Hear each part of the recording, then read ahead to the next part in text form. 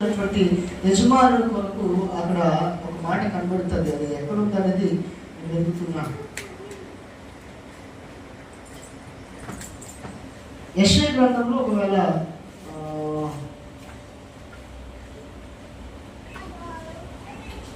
ప్రారంభం నుంచి ఒకవేళ చదివితే యెషయా గ్రంథము 5వ అధ్యాయము అక్కడి నుంచి ఒకవేళ చదివితే కనబడుతుంది. నేను చదువుతాను. నా ప్రియుడు గురించి పాడగలు వినుడి, అతని ద్రాక్ష తోటను బట్టి నాకు ఇష్టమైన వాటిని ఆయన గురించి పాడగలు వినుడి. సత్తువ భూమి గల కొండ మీద నా ప్రియుడికి ఒక ద్రాక్ష తోట ఉండును. ఆయన దాన్ని బాగుగా త్రవ్వి రాళ్ళను ఏరి అందులో శ్రేష్టమైన ద్రాక్ష తీగలు నాటించును. దాని మధ్యలో గురుసు ఒకటి వేయించును. ద్రాక్ష తొట్టిని తొలిపించును. ద్రాక్ష పండు ఫలించమని ఎదురు చూచుచూ ఉండను, కానీ అది కాదు ద్రాక్షలు కాల్చను. దేవునికి స్తోత్రం. హల్లెలూయా.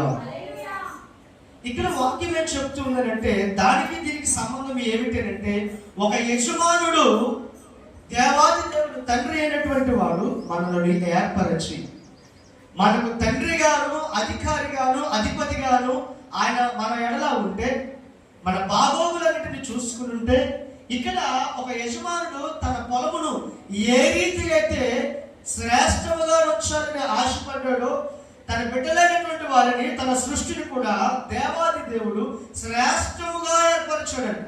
దేవునికి స్తోత్రం. ఒక ఎత్తైనటువంటి కొండ మీద ఈయన ఒక మంచి స్థలాన్ని ఏర్పరిచాడు. దాన్ని జాగ్రత్తగా నాగలితో దున్నిచ్చాడు. మరలా 10 వాళ్ళను పెట్టి ఒకవేళ రాళ్ళున్నాయేమో ముళ్ళున్నాయేమో అని చెప్పి అన్నిటిని కూడా ఏరించారు. చక్కగా సత్తువ కలిగినటువంటి శ్రేష్టమైనటువంటి ద్రాక్ష తీగలను తీసుకుని వచ్చి నేను నాటించను. అంతా బాగు చేసిన తర్వాత ఇప్పుడు పంట కొరకు నేను ఎదురు చూస్తూ ఉంటే అవి కారు ద్రాక్షలు కాసెను. దేవునికి స్తోత్రం. పిల్లరా గమనించండి, పైన ఆకాశం అందే గాని కింద భూమి అందే గాని ఏ రూపమును మీరు చేసుకోకూడదని నిర్గమకాండములో దేవాది దేవుడు 20వ వచనంలో మోషే గారి ద్వారా సీనాయి పర్వతం మీద పలుకుతున్నటువంటి 10 ఆజ్ఞలలో ఒకటైనటువంటి ఆజ్ఞ ఏంటంట, పైన ఆకాశం అందే గాని. ఆ మాటను ఒకసారి చదువుదామా? నిర్గమకాండము 20వ అధ్యాయం ఒకవేళ తీసినట్లయితే